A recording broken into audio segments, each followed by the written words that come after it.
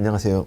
저는 서울대학교 병원 내분비대사내과의 곽수헌 교수입니다. 안녕하세요. 저는 지금 현재 고대 안암병원에서 대장암 진료를 주로 하고 있는 이수현이라고 합니다. 저는 신촌 세브란스 병원 심장내과에서 근무하고 있는 오재원입니다. 유전이 중요한 질환이 있나요?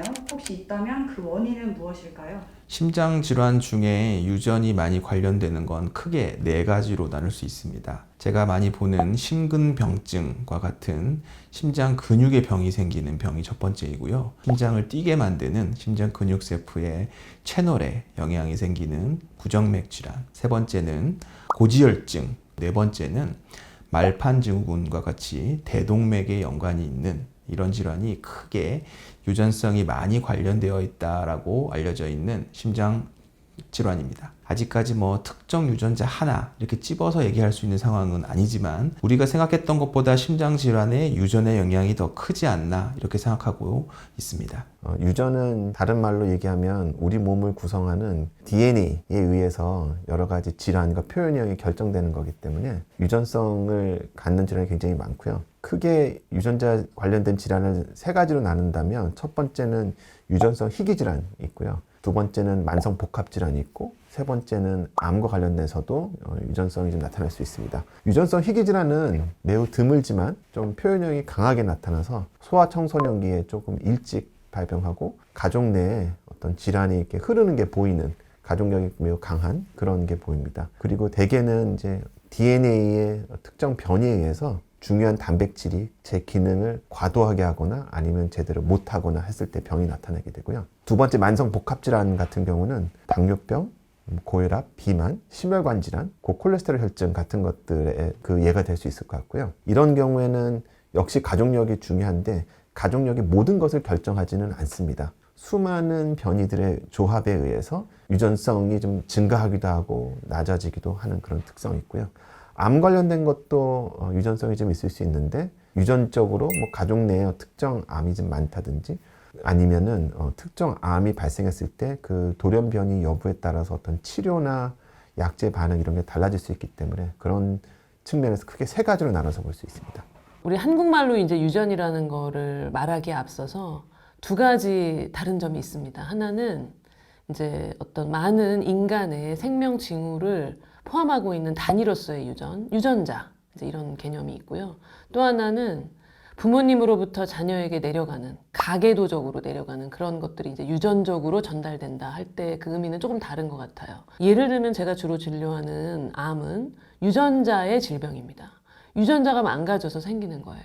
누구나 살면서 갖가지 이유로 인해서 내가 밥을 먹는 순간에도 유전자는 망가지거든요. 그렇지만 이제 그 망가진 유전자들이 다시 회복되고 경우에 따라서 계속 망가지는데 회복하지 못하고 그 망가진 것들이 쌓이다 보면은 돌연변이가 축적돼서 이제 암이 되는 것이라 암은 기본적으로 유전자의 질병입니다. 그럼 이렇게 유전자가 망가지면 유전되어 자손에게 내려가느냐는 또 다른 문제라는 거죠. 경향성이 있는 거죠. 부모님이 자녀에게, 자녀가 또 손자에게 그렇게 내려가는 유전적인 속성이 있는 암은 전체 암의 10% 정도로 지금 추산하고 있습니다. 그런 의미에서 암은 유전자의 질환이지만 정말 가계력으로 내려가서 자자손손 영향을 미치는 그런 의미에서의 유전에 해당하는 암은 한 8에서 10% 정도 될 것으로 생각하고 있습니다. 유전자 관리가 크게 효과가 없는 질환도 있을까요? 아까 말씀드린 가족성 고콜레스테롤 혈증 경우에는 DNA 변이에 의해서 LDL 수용체 같은 단백질의 구조가 크게 바뀌게 되거든요. 그런 경우에 이제 LDL 콜레스테롤 수치가 많이 상승하게 되는데 이런 경우에는 생활 습관 조절만으로 콜레스테롤 수치를 낮출 수는 없습니다. LDL 콜레스테롤을 낮출 수 있는 약제를 조기에 충분한 용량으로 사용해서 콜레스테롤을 낮추는 게 무엇보다 중요하고요. 그렇지만 이 가족성 고콜레스테롤 혈증에 문제가 되는 건 콜레스테롤 수치 자체보다는 향후에 발병하는 심혈관 질환이기 때문에 이런 심혈관 질환을 예방한다는 측면에서는 그 약제를 써서 LDL 콜레스테롤을 낮추는 것 못지않게 후천적으로 금연한다든지 운동, 혈압 조절 같은 다양한 생활 습관 조절을 개선하는 게 역시 중요하게 되겠습니다. 그 외에 가족성 조기 발병 당뇨병이라고 아주 특별한 당뇨병의 분류가 있고요. 전체 당뇨병 환자의 약 1% 미만 정도인데 10대, 20대에 당뇨병이 발병하고 특히 그런 분들은 비만하지 않음에도 불구하고 당뇨병이 좀 발생하게 됩니다. 가장 흔한 유전자 변이 같은 경우에는 포도당 인산화 효소의 유전자 변이, 간세포 핵인자의 변이 이런 것들이 나타나는데 이런 변이를 갖고 있을 경우에 일찍 발병하고 좀 마른 타입이다 보니까 제1형 당뇨병으로 오인돼서 조기에 이제 인슐린 치료를 받게 되는 경우들이 있는데 정확한 분자 유전학적 진단이 되면 이런 사람들은 인슐린 치료 없이 경구약으로 충분히 조절이 되거나 아니면 포도당 인산화 효소의 변이가 있을 경우에는 특별한 치료 없이 그냥 경과 관찰만 해도 합병증이 생기지 않고 건강한 수명을 누릴 수 있다는 게 알려져 있기 때문에 정확한 진단을 통해서 맞춤 치료를 하고 예후를 개선시킬 수 있다라는 걸 꼭 좀 알아주셨으면 좋겠습니다. 그래서 일부 질환의 경우에는 유전자가 있는 경우에 병이 거의 100% 발현할 만큼 질환의 발병률이 높은 그런 질환들도 있습니다. 사실 그런 질환은 후천적 관리를 한다고 해서 발병을 못 막는 경우가 있습니다. 그런 경우에는 역시 조기에 치료를 하고 약물 치료, 기계 치료 등을 통해서 병으로 인한 아주 안 좋은 일은 막아보자. 즉 사망과 같은 돌연사를 예방하자. 이런 목적으로 우리가 또 치료적인 접근을 하고 있습니다. 가족성 용종성 증후군 같은 경우에는 40세 이전에 100% 대장암에 걸린다고 알려져 있기 때문에 본인의 노력으로 할 수 있는 부분은 없습니다.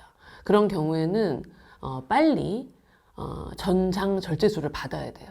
가능하면 암이 되기 전에 절제술을 받는 게 원칙이고요. 왜냐하면 암이라는 게 하나 생겨서 혹이 생겨서 용종이 암이 되는 데까지 10년에서 15년 된다고 알려져 있거든요. 이 가족성 용종성 증후군 APC 돌연변이로 선천적으로 결함 있는 걸 가지고 태어나면 이 용종이 암이 되는데 1년, 2년밖에 안 걸리는 거예요. 나도 모르게 암이 생겨서 순식간에 사기가 돼버리는 그런 발전 속도를 가지고 있으니까 완치될 수 있는 방법을 의료적으로 찾아야지 그런 경우에 건강한 음식을 먹고 운동을 열심히 한다고 해서 암이 안 생기지는 않습니다. 그런 유전자들이 일부 있습니다. 그럼 후천적 관리로 유전적 질환을 예방할 수 있을까요? 체중 증가를 막는다. 그 다음에 인스턴트 식품이 아닌 야채나 그런 유기농으로 된 그런 원자재 식품을 먹는다. 그 다음에 하루에 1시간 이상의 적절한 운동을 한다. 이런 기본적인 요인들만 가지고도 많은 암이 예방될 수 있어요, 사실은. 또 암에 걸렸다 하더라도 이런 것들을 잘 지킴으로써 재발을 예방할 수 있죠. 이런 것들은 여러 문헌을 통해서 많이 알려져 있는데 100%는 아닌 거예요. 시기는 매우 달라질 수 있습니다. 확실히 그거는 알려져 있고요. 이런 유전성 암을 유발하는 유전자는요, 대개 어떤 역할을 하는 유전자들이냐면 망가진 DNA, 항상 평생 DNA가 망가지는데 이 복구하는 유전자들이 몇 가지가 있어요. 이 복구하는 유전자에 결함이 있으면 이걸 해결하지 못하니까 금방 망가져서 암이 되겠죠. 근데 그런 사람이 술 먹고 탄 고기 먹고 그러면 DNA가 망가질 확률을 굉장히 높이는 행동을 내가 하는 거거든요. 근데 복구할 능력이 떨어지기 때문에 암의 발생이 굉장히 빨리 다른 사람에 비해서 나타나게 됩니다. 우리가 이런 유전자 검사를 통해서 정보를 정확하게 아는 것이 중요한 이유는 결국 암이 생기는 거라면 적극적으로 건강검진을 해서 암이 생길 때 조기에 발견해서 조금 수술하고 조금 치료해서도 완치될 수 있게 하는 그런 역할을 하는 것은 충분히 저는 과학적으로 의미가 있다고 생각이 됩니다. 크게 4가지 유전 질환이 있어서 질환별로 간단하게 설명을 드리면 첫 번째 말씀드린 심근병증의 경우에는 특정 나이가 되어야지 발병하는 경우가 있습니다. 즉 유전 인자를 갖고 있어도 젊었을 때는 발병을 하지 않는 경우가 있습니다. 그럴 때는 할 수 있는 후천적 관리라 하는 것은 의사의 어떤 관리에 의해 2년 또는 3년 간격으로 꾸준히 검사를 해서 나한테 이 병이 생기나 안 생기나를 확인하는 것이 아마 후천적인 관리의 방법이라 생각하고, 두 번째, 부정맥 질환의 경우에는 특정 상황에서 그런 부정맥 질환이 돌연사를 잘 유발하는 상황들이 있습니다. 그래서 그런 상황을 예방하기 위해 필요에 따라 운동, 특히 아주 격렬한 운동, 마라톤이나 축구, 농구 이런 운동 등은 제한을 가하기도 합니다. 그래서 그런 제한을 통해 그런 병의 위험이 있는 환자들이 그 병으로 인해서 돌연사, 심장 급사하는 것을 예방하는 방법이 있습니다. 세 번째, 고지혈증 같은 경우에도 역시 빨리 진단을 해서 콜레스테롤을 낮출 수 있는 약제들이 많이 보급이 되어 있기 때문에 그런 약제를 빨리 복용을 하여서 그런 콜레스테롤이 높은 것에 의해 뇌경색이나 심근경색이 생기지 않도록 예방을 해주면 됩니다. 네 번째, 대동맥 질환의 경우에도 역시 이 병 자체가 대동맥에 문제가 생길 경우 갑작스럽게 역시 돌연사할 수 있습니다. 하지만 우리가 이 병이 있다는 것을 알고 적절한 시점에 수술 또는 시술을 통해 대동맥이 파열까지 이루어지지 않도록 이런 예방적인 치료를 적극적으로 한다면 그런 유전 질환이 있더라도 그 병으로 인한 사망과 같은 아주 안 좋은 일의 발생은 막을 수 있지 않을까, 이런 것들이 결국 우리가 할 수 있는 예방 방법이다라고 말씀드릴 수 있습니다. 심장질환 쪽에 해당하는 유전 질환은 그 병이 무조건 유전자가 있다고 생기지는 않는 경우들이 많이 있습니다. 그래서 후천적으로 관리가 가능하다라고 말들을 많이 하고요. 검사를 통해 빨리 진단하는 조기 진단, 조기 치료 목적으로도 우리가 유전 질환에 관심을 가져야 한다고 생각합니다. 당뇨병 내지는 심혈관 질환 관련해서 환경적인 조절이 얼마나 질병을 예방하는 데 도움이 되겠느냐, 그런 연구들이 많이 있고요. 다유전자 점수라는 걸 이용해서 수백 개의 유전자 변이들을 조합을 해서 하나의 점수를 만든 다음에 심혈관 질환의 위험도가 높은 사람과 낮은 사람을 비교해 봤을 때 심혈관 질환의 유전자 위험도가 높은 사람이 10년 추적하면은 당뇨병이 약 9% 정도 생기고, 위험도가 낮은 사람은 한 5% 밖에 안 생겨서 약 2배 정도 위험이 높습니다. 그런데 흥미로운 거는 이러한 유전자 위험 정수가 다르다 하더라도 생활 습관 조절을 철저히 하고 나면 한 5% 정도로 10년간 심혈관 질환 위험 정도가 낮아진다 라는 게 알려져 있어서 후천적 요인, 특히 생활습관 조절이나 이런 것들이 만성 복합질환이 발병하는데 굉장히 큰 축이 될 수 있고, 이를 통해서 예방과 치료를 진행할 수 있습니다.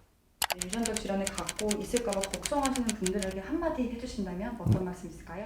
가족력을 보는 게 되게 중요하고요. 그래서 가족력이 있을 경우에는 본인도 그런 소인을 좀 받지 않았을까라는 걸 좀 염두에 두고, 첫 번째는 생활 습관 조절 같은 걸 통해서 질병이 빨리 오지 않도록 예방하는 게 첫 번째고요. 두 번째로는 그런 걸 좀 조기에 진단하기 위해서 필요한 검사를 조금 다른 사람보다 일찍 시작하는 게 좀 도움이 될 것 같습니다. 당뇨병 같은 경우는 40세 혹은 45세 이후부터는 이제 정기적으로 검사를 하는 게 좋고요. 가족력이 있는 경우에는 조금 더 일찍 시작할 수 있고, 정상이라 하더라도 1년에 한 번 정도는 다시 한번 검사를 해서 혈당이 올라가지 않는지 이런 걸 체크해 볼 수 있을 것 같습니다. 유전자 질환은 많은 부분이 이제 타고나는 가족력에서 결정이 되는 부분이 있지만 이게 전부는 아닙니다. 동일한 유전자 변이를 갖고 있다 하더라도 질병이 발병하는 나이나 중증도가 다 다르게 돼 있고요.